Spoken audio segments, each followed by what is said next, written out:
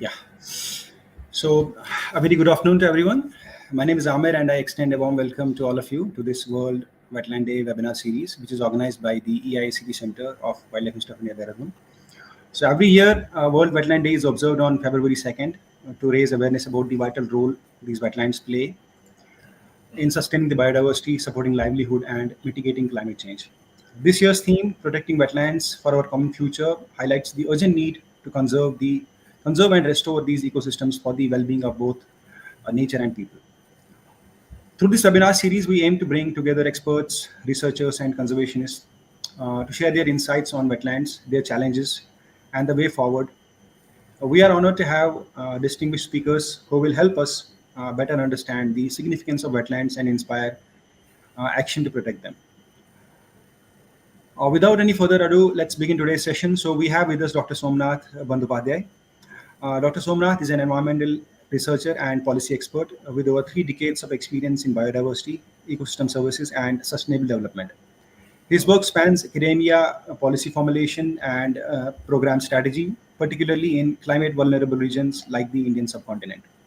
He has held key roles, including founding faculty at Nalanda University, where he developed interdisciplinary courses in environment and development. He also served as a senior program officer at the Aga Khan Foundation, leading large-scale rural development initiatives, and as senior ecologist at the Gujarat Ecology Commission, where he played as a crucial role in Gujarat State's Environmental Action Plan. Dr. Somnath holds a PhD and MPhil in Environmental Sciences from Jawaharlal Nehru University, and his expertise covers wetland ecology, river basin management, environmental economics, and biodiversity conservation. We are honored to have him share his insights with us today. So before we start, I would like to inform our viewers that they can share their comments, questions, and suggestions in the YouTube chat box. We will be taking them at the end of the session. So we are also joined by our EICP coordinator, Dr. K. Ramesh, sir. Welcome you as well, sir. And now I would request Dr. Somnath to proceed with his presentation. You can go ahead, sir. Yes. Thank you, Amir, Welcome, sir. for this wonderful introduction. And thank you, Professor Krishnamurthy, for having me here today. Uh, what I'm going to do today is try and take a relook at wetlands, try and understand what is our collective understanding, because without a collective understanding, we are not going to uh, have a common future.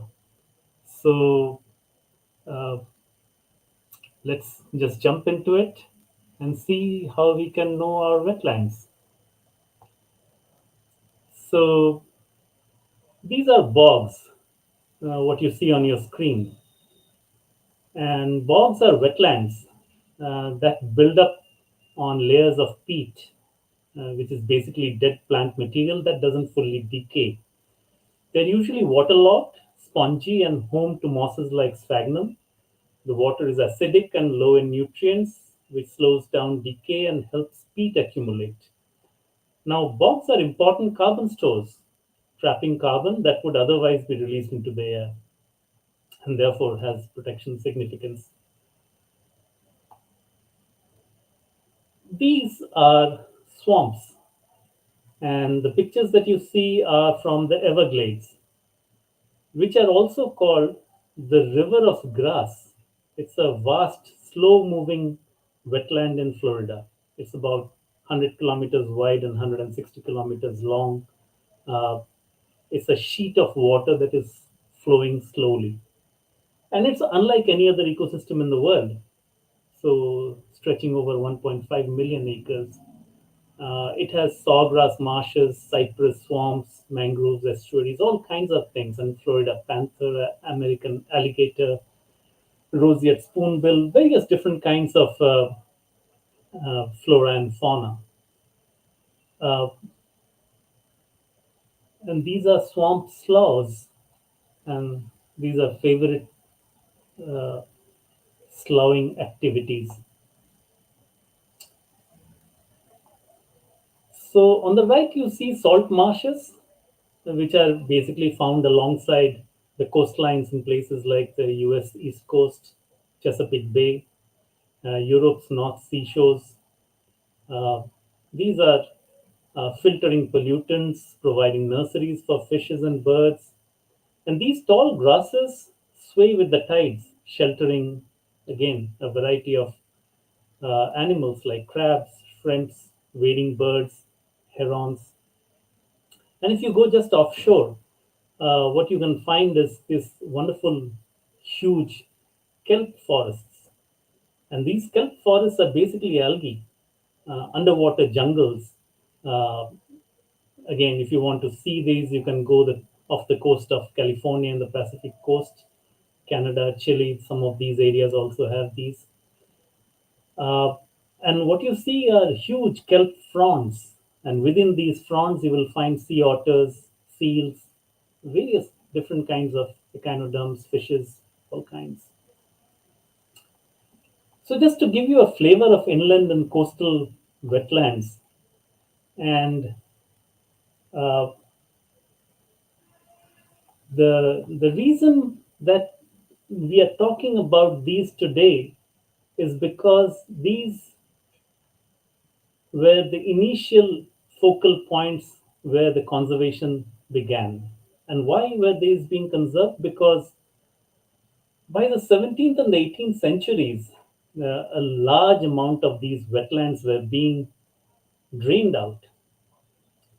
So in the US and Europe, these were seen as dangerous, disease ridden wastelands rather than any valuable ecosystems. So governments, landowners viewed them as unproductive and sought to drain these for agriculture, urban expansion, infrastructure development. And once this started, this actually began in Europe. Uh, the Dutch were the best in, and uh, they had systems of reclaiming land from waters, something called the polder systems. And these polder systems were sort of used because they were quite famous. They used it in England and France, transforming wetlands into farmlands. So the fenlands of England, these are another type of wetlands, the fens. Once these vast marshes were almost entirely drained by the 19th century. Uh, if you look at France, the Louis XIV of France actually commissioned the draining of marshlands, considering them to be useless, that needed to be put to better use. Even in Italy, as late as the before the Second World War started, in Mussolini's 1930s, the fascist propaganda project began to reclaim uh, land for the nation. Similarly, in the United States, the wetlands were seen as swamps that needed to be conquered. And if you look at the various historical legislations, the Swampland Act of 1850, which gave states control over wetlands, encouraging them to drain much of it. So large scale drainage was encouraged, farming, settlements were encouraged.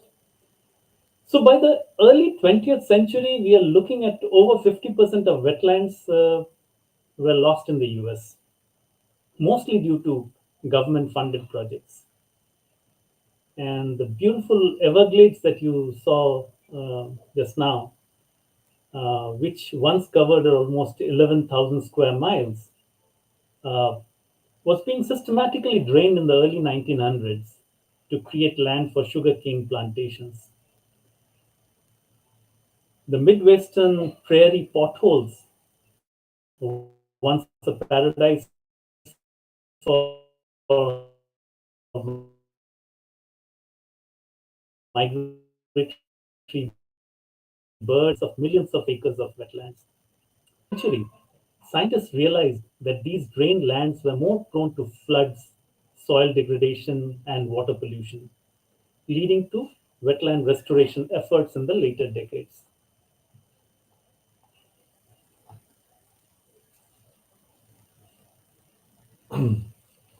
So here is the first efforts to when we see the use of the word wetland in 1956, and it refers to lowlands covered with shallow and sometimes temporary or intermittent waters.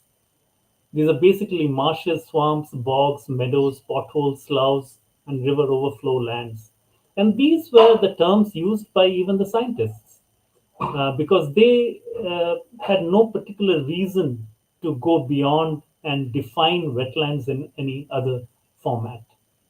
However, by the year 1975, we see that there is an impact of the environmental movement that is coming into the US, and there are efforts between the US Army Corps of Engineers, because they are supposed to keep the navigational pathways, channels open. They needed to dredge, they needed to drain, they needed to manage the water systems on the one hand.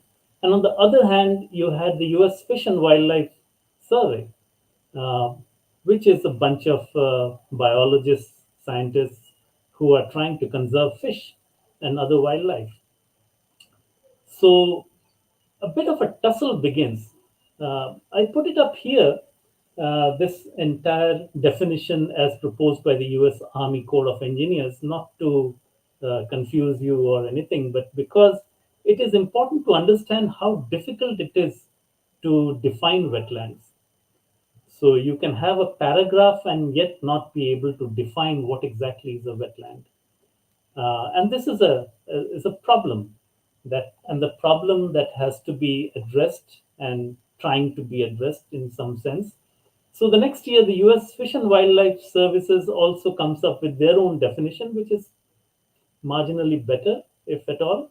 But the important thing is they are attempting something which the engineers did not. They're attempting to provide a scientific basis. And this scientific basis is based on hydrology, soil characteristics, and vegetation. So, which is sort of laying the foundation for modern wetland classification. The US Army Corps of Engineers, of course, pushed back and advocating a more restrictive approach. Uh, so, you would see that this pushback resulted in a shorter definition, but it is essentially going back and saying, well, wetlands, we mean this, but it essentially includes marshes, swamps, bogs, and similar areas. So you anyway go back to your original thought processes. So for much of US history, the term wetland wasn't widely used, right? So although it was, so we see the terms like swamps, marshes, bogs, and all of these that comes up. And once we see this to and fro between the engineers of the defense forces and the fish and wildlife biologists, uh, the tension begins. And now that there are different sets of legislations coming in, environmental legislations coming in the mid to late 70s, particularly the Clean Water Act, uh, there is a reason why the the fish and wildlife scientist definition begins to take precedence. And this is one of the famous definitions that we grew up with, the coordinates definition of wetlands, uh, which actually brings to fore and provides a much more decent categorization um, and understanding of what exactly is a wetland. So, but it is pretty broad and pretty vast, and that is an important thing that we need to appreciate and understand. But this is also the time when some wetland classification is also happening. There are systems, subsystems, classes, subclasses, so all different types of ways in which attempts are being made to classify wetlands.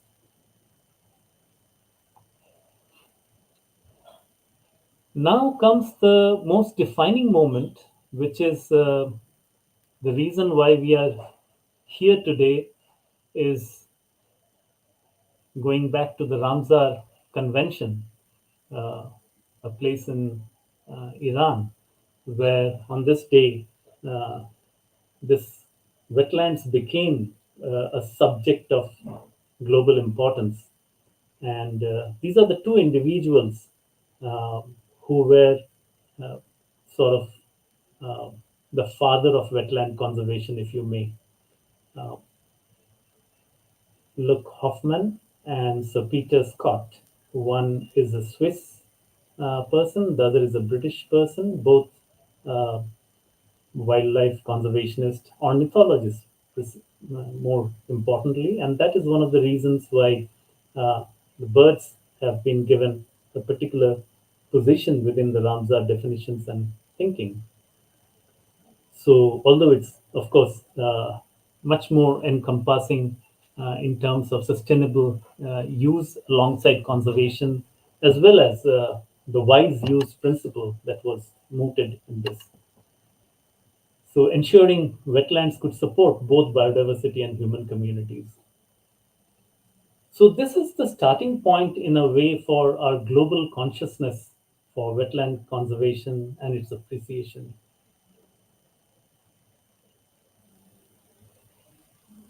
So, now let's move and see how this has affected India, because the Indian understanding of wetlands uh, is in a way, or the understanding, the conservation approach, all of this is tied to the Ramsar Convention and wetland conservation. So uh, during my MPhil, I worked with Professor Brijgopal. I'm just taking an aside and introducing my work as well a little bit. Um, so I was working with Professor Brijgopal and did a comprehensive and holistic review of Lake Chilka, which was published in 91. And the review had two significant impacts. One intended impact, the other another was an unintended impact. And I need to, because it happened almost 34 years ago. Uh, the intended impact was the submission of a detailed database on Chilika to the Ramsar Secretariat, uh, which perhaps led to the lake's inclusion in the Montreux Record in 1993. Now, the Montreux Record is a list under the Ramsar Convention of wetlands facing ecological damage or significant human induced pressures requiring priority attention for restoration. This inclusion brought international focus to Chilika, highlighting the threats from the situation, from siltation, invasive species, unsustainable human activities, and subsequent conservation efforts followed, including hydrological interventions like the dredging of a new mouth to restore water flow, which led to Chilika's removal from the Montreux Record in 2002, a milestone in wetland restoration, certainly in India and perhaps one of its kind even in the world. The unintended consequence of our study arose when activists used our data in court cases, which led to the closure of Tata Aquatics Limited, an aquaculture venture operating in Chilika area. While the venture promised economic benefits, it faced criticism for its impact on the lake's ecosystem and the livelihoods of local communities dependent on traditional fishing. This closure highlighted the growing tension between development and conservation in fragile ecosystems like Chalika. But the more important thing, I think, what we should take away from this is that uh, restoration through Ramsar and influencing policy via legal action, uh, it is underscored by the profound role of science in shaping wetland management and conservation outcomes. So, just like the scientists shaping the discourse in the United States, here also science did play an important role in uh, actually restoring one of the first Ramsar sites in the country. And a major one is that.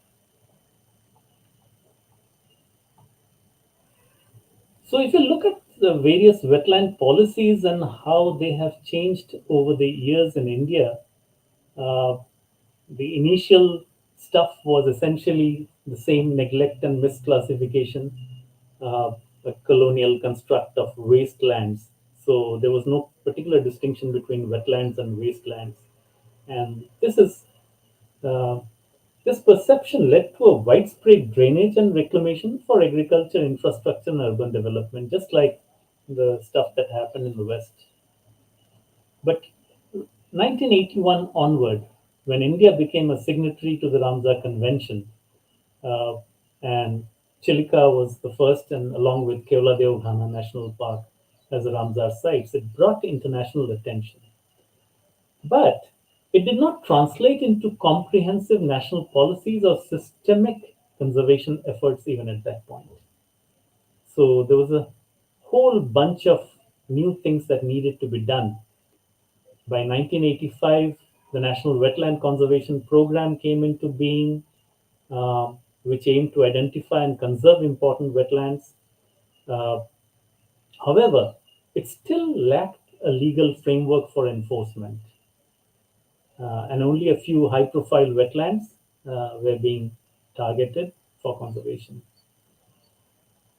The changes happened in 2010 when rules were framed for wetland conservation and management, and this was the first legal framework for wetland conservation, which emphasized scientific criteria for wetland identification and prohibiting activities like encroachment, solid waste dumping. Uh, However, many wetlands of local or regional importance were excluded. The framework ignored socioeconomic dependence of local communities, and it was criticized for being centralized and overtly rigid. 2016, the wetland rules came up again, trying to address some of these gaps, but it faced criticism for being extremely bureaucratic and vague. So, what was the role of the state governments was not very clear. Uh, Even the mechanism was not very clear. And by 2017 came the NATER modification, and this was a much more decentralized approach, which empowered state governments to identify and notify wetlands.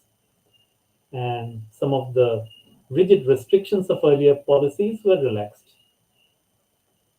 So, state responsibility was one of the highlights. The second was the inclusion of communities. The third was simplification and streamlining of the various notification processes. Uh, so, a lot of work started. Um I'm aware of the work done in Bihar because I still happen to be on the wetland authority there. Uh, by the 2020s, the Ramsar expansion happened, and the Ramsar sites, which began with two in 1981, then expanded to six. By 2023, we had 75 wetlands, and by 2024, we had 85 wetlands declared under Ramsar Convention. And as of today, I think we have 89. Four others have been notified over the last few days. So, which is showcasing the global commitment to wetland conservation by the country. So,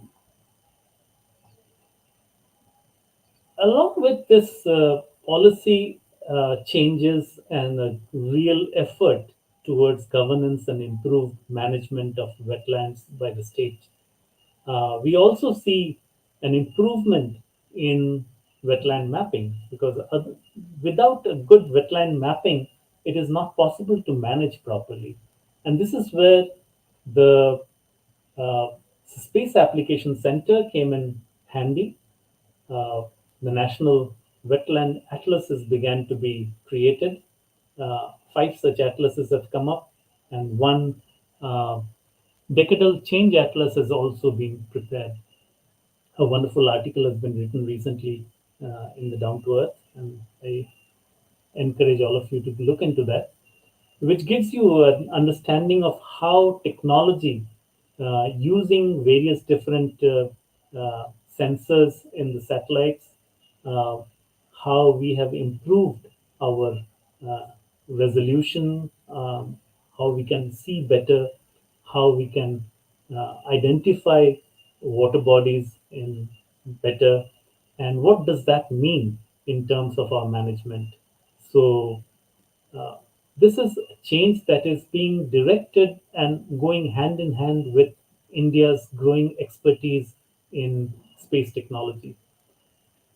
However, as the space technology is going ahead in leaps and bounds, uh, the science part is not keeping pace. And this disconnect is something that we need to really keep in mind, because we might be able to see certain things, but do they really mean that we are actually targeting wetlands in the proper way?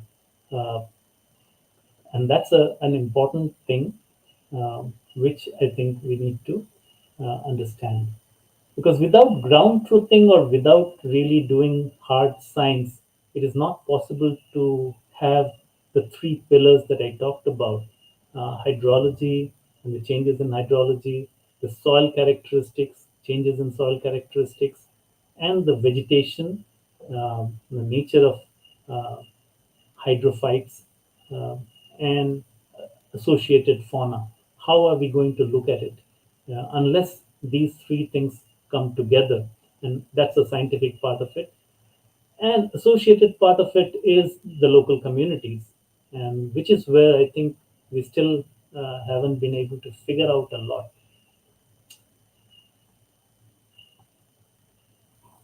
So what we see in effect is that the technology is leading, and science, which includes social sciences as well, is lagging. And this, I think, is a key concern as of now, as far as wetland mapping is concerned, wetland management is concerned. We need to somehow address this issue. Otherwise,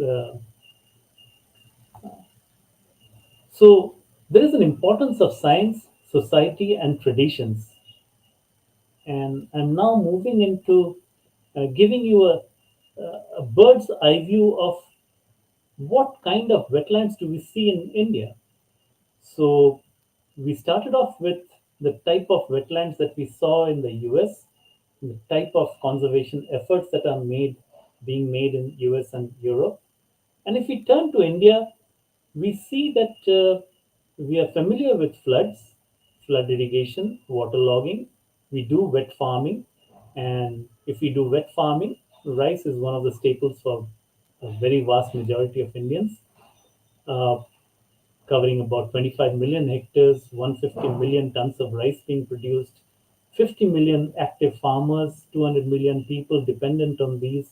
So you can see the numbers associated with wet farming.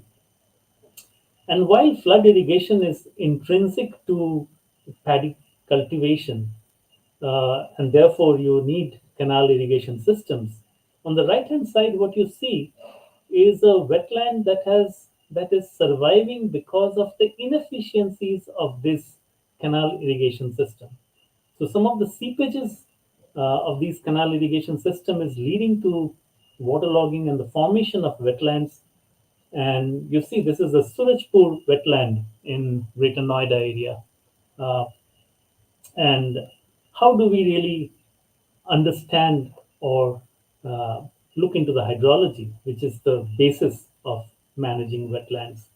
So I'm just leaving a few thoughts here with you that while we have been working with waters, flood irrigations, we are also the same waters are also being used by wildlife in a different way. And are we keeping that in mind as well?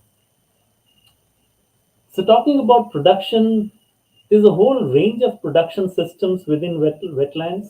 We have traditional fishermen estimated to be about 6 million, uh, or all inclusive. If you look at it, maybe the fishermen community in India is about 14 million.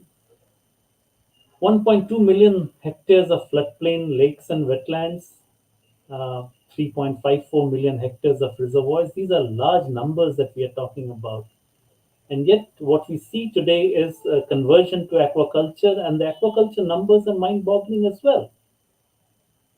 So, the amount of inland aquaculture, the coastal aquaculture, the amount of revenue that is being generated, and the very impressive export targets that are being put in place. So that's one side of the story of how much productive these wetlands are, or how much productive use we can derive from these wetlands. Whereas on the other side, we see that there are very small fishermen communities who are merely eking out a living, uh, and through some kinds of capture fisheries. And if we see that these are traditional formats of deriving some use value from wetlands. In this case, you are seeing something called makhana. And until a few years ago, it was mostly unknown, but now getting more and more commercialized. Uh, it's basically uh, something that you see in North Bihar and the lakes of North Bihar, the seeds of foxnut. It's now becoming a health food. Uh, but at the same time, the women and how they deal with wetlands is something that we need to understand a little more closely, a little more clearly. Uh, so, what I'm trying to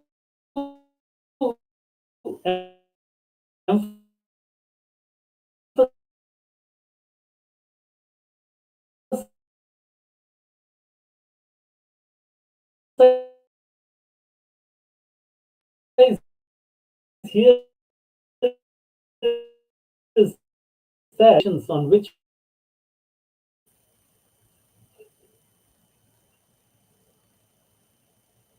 so here are the urban blind spots. So many of these urban areas, uh, as in Bengaluru, you see the dry river, lake bed, and some of these dry lake beds have been reclaimed for real estate development. Uh, and of course, these places face flash floods.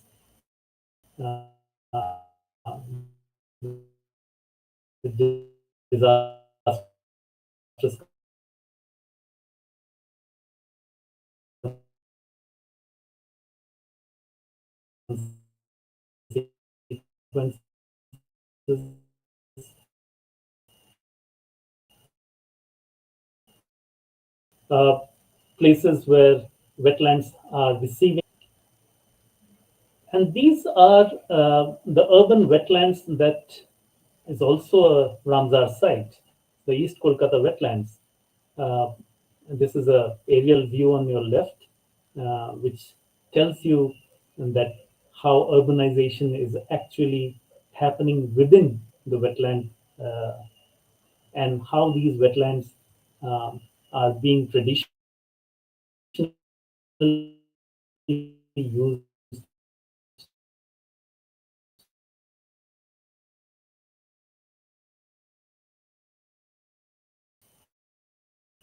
for growing fish, vegetables, and various other kinds of things. Now, it's not just the kidneys of the body, it's also the arteries and the blood vessels of the body. And therefore, and who knows it best? The people who are there is a voice from So sorry to interrupt, sir. below, There seems to be some interruption with the internet connection, sir.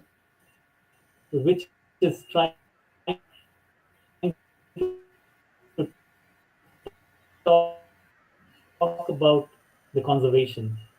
And this conservation reason that these voices exist, and we need to look at this and we need to hear these voices.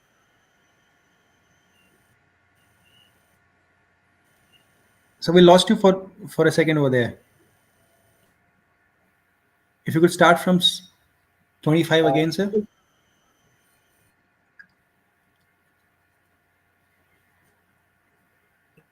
The network is side, right?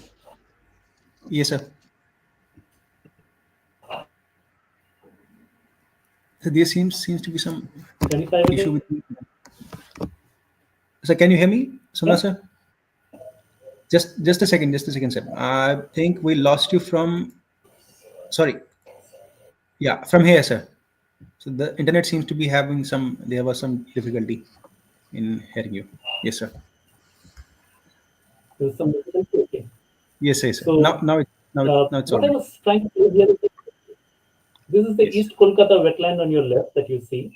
And the East Kolkata wetlands are essentially the kidneys of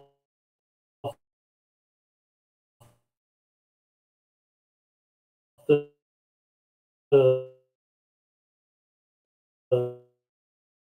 city itself.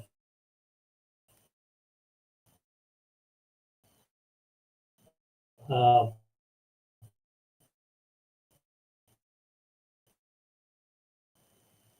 it takes away a huge amount of. Yeah, can you hear me now?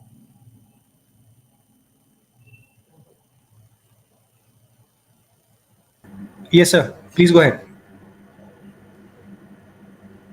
Yeah, can you hear me now? Yes, we can hear you, sir. Okay. Yes. So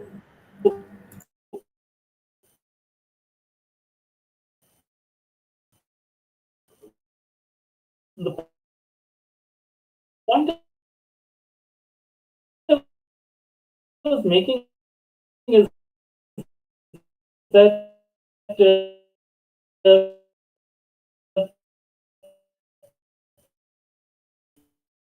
wetlands are basically lifeizing their waste by helping.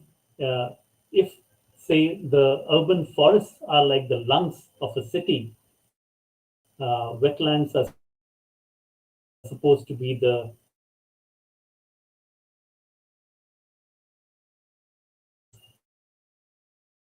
so they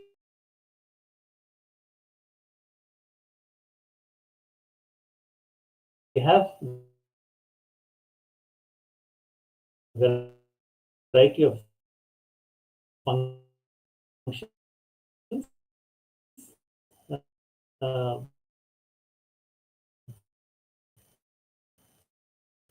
Flood protection is one, and I will go into the flood.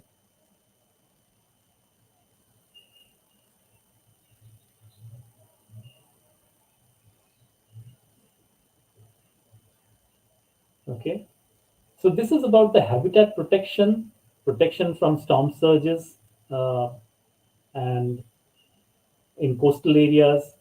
Some of the coastal wetlands that we see here are very important for protecting human habitations. These are some of the wetland voices that we talked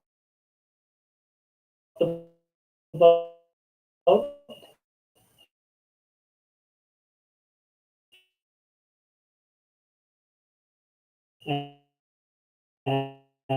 And these are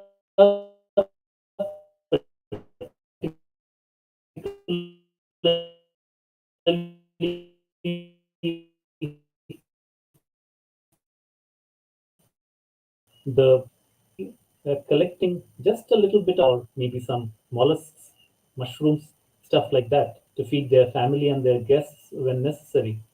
Uh, and this is where the wise use happens because they have the best understanding of the flora and fauna of that region.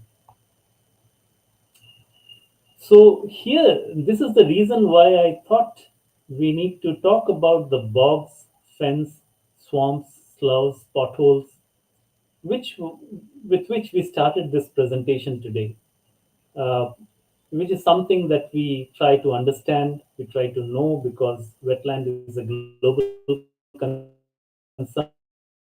we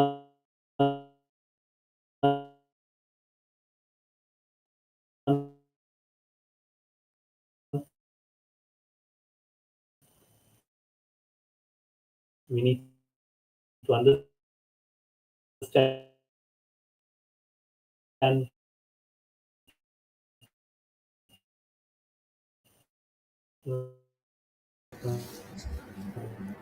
global wetlands, but look like what they are called, it is not possible for us to really understand and appreciate these wetlands.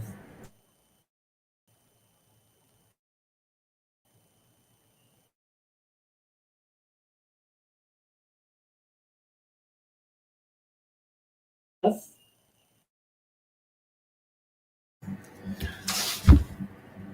the Dr. Somnath, locust, we can't hear you, sir. Sorry, sorry to interrupt you again. But there seems to be some issue with the network again, sir.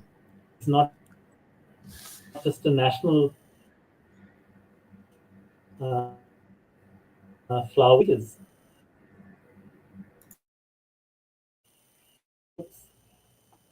Sorry. So similarly, the Saras crane is again an icon of romanticism, uh, something uh, which is a symbol of love, illustrates the coexistence of wildlife with traditional agricultural systems, and the traditional farming, that is mixed rice and fish cultivation, which supports Saras populations, but modern drainage projects have led to sharp decline in their numbers. And this is something which is quite astounding and interesting, because if we identify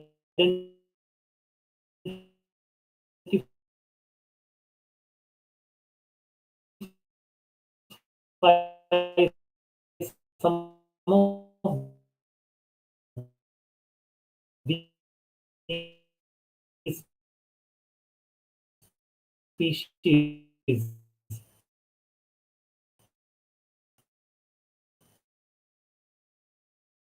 and have a major protection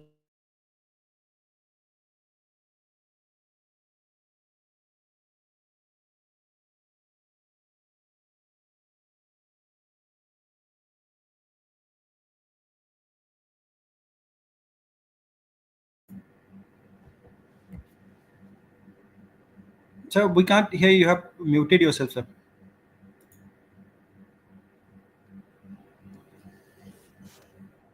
Yes. So we lost you for a bit again, sir, during the slide 28, I think, when you were talking about Saras crane, sir. So this is the last slide, and I think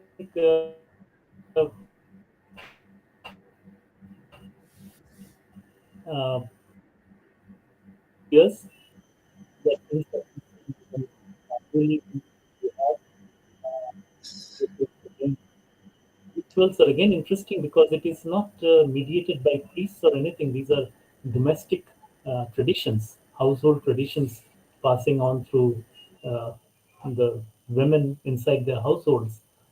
And this sort of symbolizes the deep relations that we have intrinsically, intuitively with our wetlands, with our water systems. And I think this is what is going to help us understand and conserve wetlands. Thank you.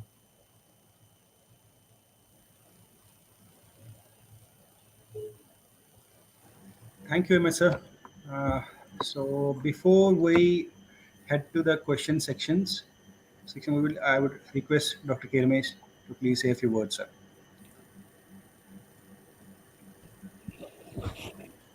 Sir. Yeah, just a minute. Give me 2 minutes. Yes. So, Dr. Somnath, there seems to be there was a bit of glitch in between. Yeah. So, last few Uh, slides, we were not able to hear you properly. but we got, since I think still his network is a little frozen. Yes, it is still frozen. Let's see. Is he able to hear us? Let me just ask him, sir. Dr. Somnath, Yes. can you hear us? Can you hear me? Yeah, I can. Okay, Okay. okay. So first of all, I think I would like to thank you for accepting our invitation, because I think this is one of the first of this webinar that been planned by our team. It's a kind of an opportunity for a lot of young folks. Even when we discussed this initially, we were wondering as to what all we can offer. But the way that you brought in, there's so much of the perspective. It's excellent. I really want to thank you for your time, and I think it's, of course, when pros like you with a lot of experience speak, it's really powerful. So that's first is my compliments to you, sir, for being part of this one. I do have a small question, and maybe I can then come back to you later. We have a lot to discuss. There's a lot of development happening around the world. So now, given this experience of all those, the wetland management, we have an examples from all around. We have it from, say, you quoted quite a few examples across the world. And I also seen myself some real examples in Europe, and lots happening in India now. So I wonder, while we have the narratives about how the water has been used or wetland has been managed, are we looking at a situation now, because the development trajectory will continue to move forward? So what are the futuristic option Rinku, for wetland management?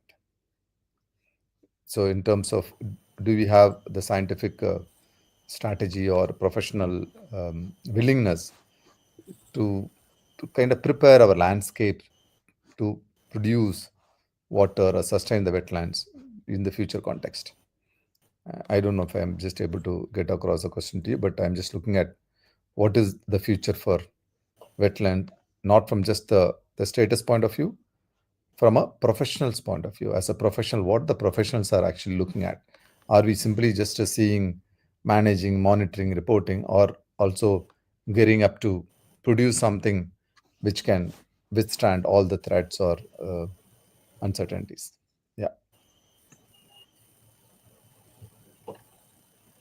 so I didn't catch everything that you said. Somehow it was missing out. So you were talking about the future.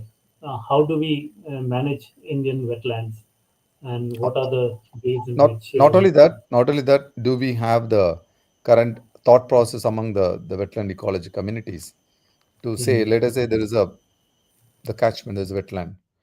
Are we preparing to produce a science and action which enhances its resilience capacity, rather than just looking at current wetland and managing them? Hmm.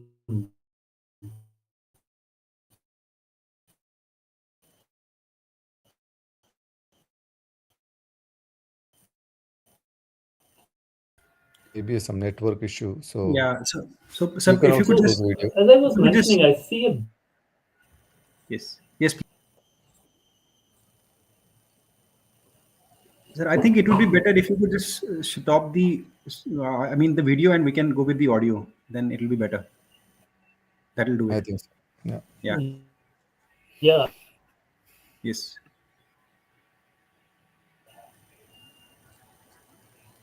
Yes, Yeah. sir. Please go Can you ahead. hear me now? Yes. Yeah. Loud and clear, sir. Loud and clear. So I think the important point here is that any kind of uh, their traditions, their thought processes, their so anywhere in the country you go, you see a wetland, you will almost invariably find a temple or some place of worship inside that place, inside that water system. I have seen one in the middle of Lake Chilika. So it's there everywhere. So there is a tradition of uh, conserving uh, systems through which is much more intuitive.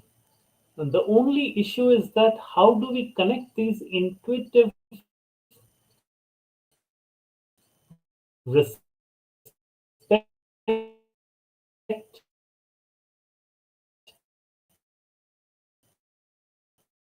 love, whatever you call it, with the actual actions. So how do we really combine the scientific understanding with the traditional understanding, and we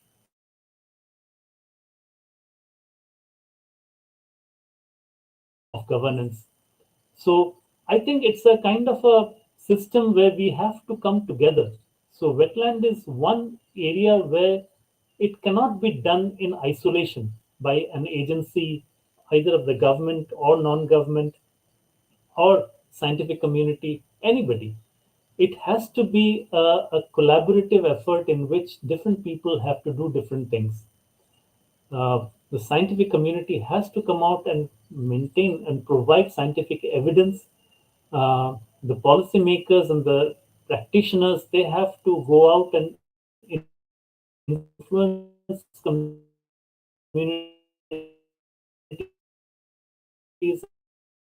and tell them what exactly is going right and wrong. And we need to have this feedback.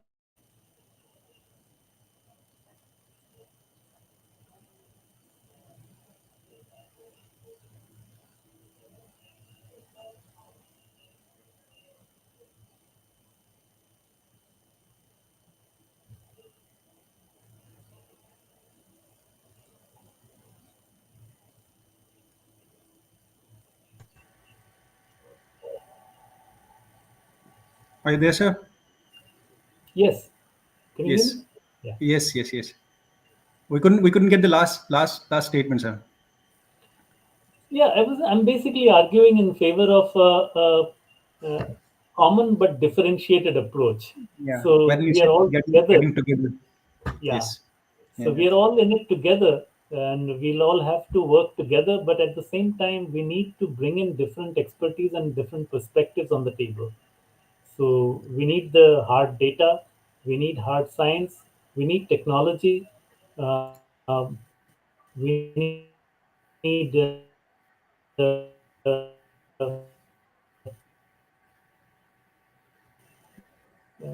Okay. So I'll just go to the social yes. Yes. dimensions, understanding of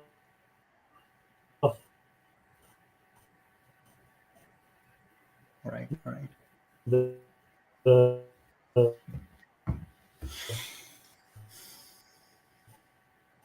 ethnographic protected areas. Wetlands are not going to give us that opportunity in most cases because it's so well connected. So it's really connecting the entire landscape. And how do you really identify? How do you really draw boundaries around it?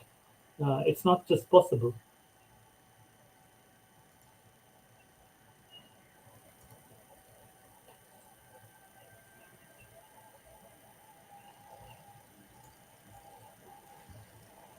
All right, sir. Dr. Kirimesh, if you have anything else to ask him, so that we can move to the chat section now. No, please. Just Okay. Yes. thank you once again. But Yes. you please go ahead. Yes. So we have few questions. I will just put them on the display. Can you see it, sir? Dr. Somnath, can you see it?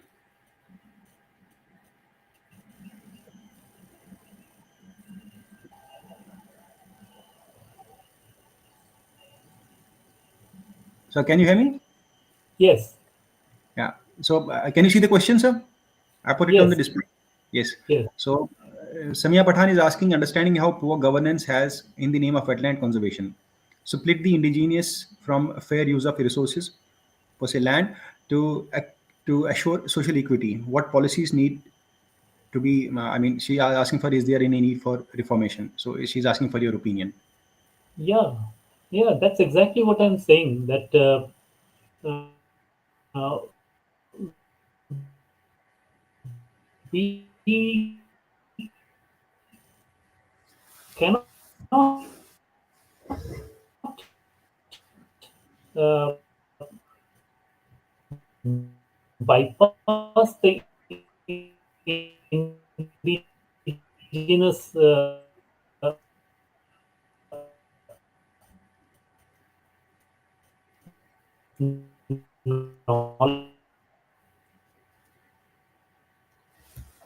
cannot stop it. And that's there's a similar way. If there is another lady who believes that this is a place where she has to go and offer something to the sun god, that's something that has to be appreciated and allowed.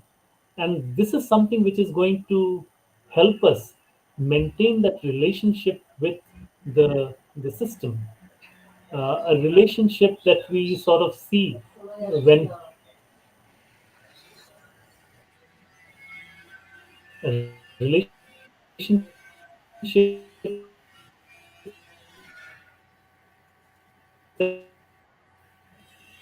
that we see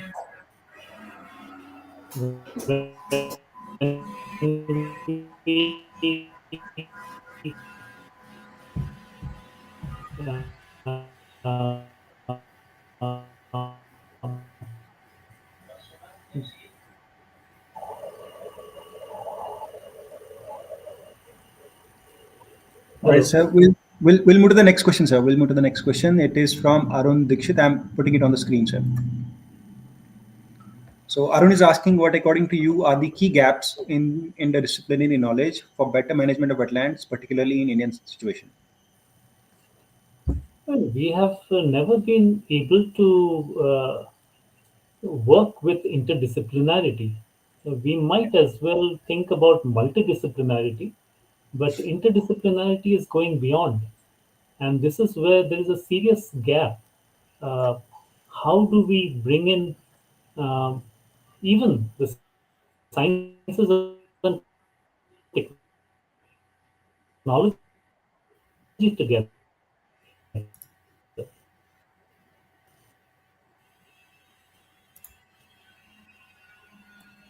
Forget Yes, I social think sciences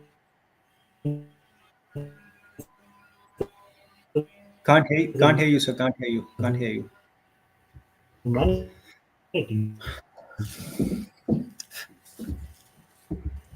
unless these it has to be a little more chaotic, and that is fine, as long as we understand that we are trying to provide space for uh, for different voices, different perspectives, different understandings to play a role. And I think that is where how do we create these spaces? How do we create these opportunities in an institutional format? I think that's where we should be focusing on.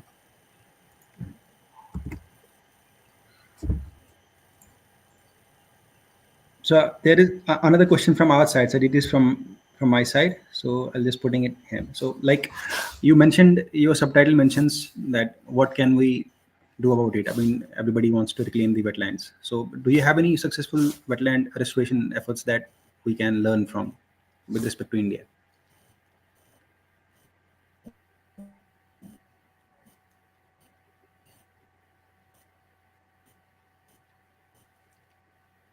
Can you hear me, sir?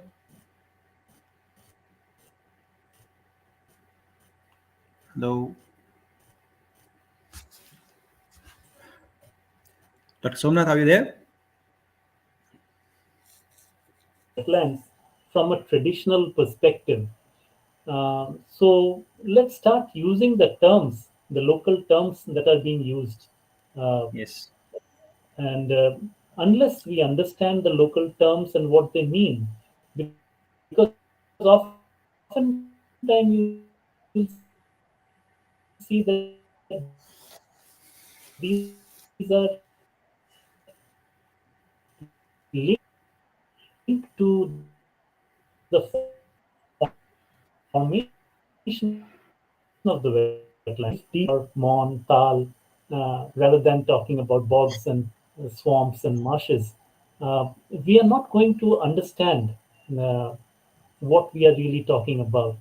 And unless we go down that path, we try to understand. Because remember, even in the West, the scientists were really trying to understand the swamps and the marshes and the bogs. Uh, and they had no real reason to try and come up with a uniform definition. Because wetlands, the worst thing you can do with wetlands is try to make an uniformity Uh,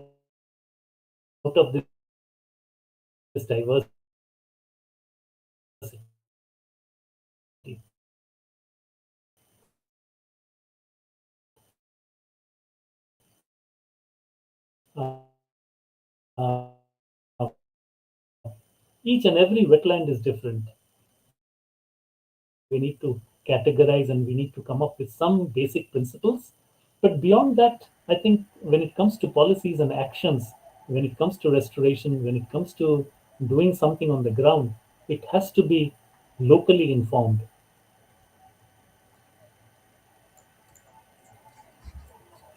All right, sir. All right, sir. If you could just switch on your camera, sir, then. Yes. Yes, please. Thank you very much. Wonderful. Thank you, Dr. Somnath, for such an insightful session on the challenges of wetland reclamation and what can we do to protect these vital ecosystems.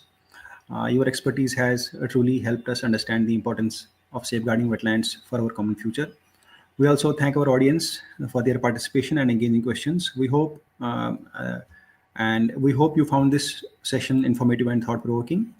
And just for our audience sake, this is just a beginning. We would love to invite you to join us for the upcoming sessions on our Wetland Day webinar series, where more experts will share their knowledge and on wetland conservation. So we ask you to stay tuned, and we look forward to see you again. And again, thank you very much, Dr. Somnath. Thank you for joining us. Although there was a bit of lag in the internet, we would definitely love to hear from you again. Thank you very much. Thank you for Thank you, joining us. Amit. Thank you, Thank you. Professor Ramesh. Thank you, sir. Have a great day, Thank you. sir. Thank you. Thank you. I'll connect you later. Thank you. Thank you, sir. Thank you very much.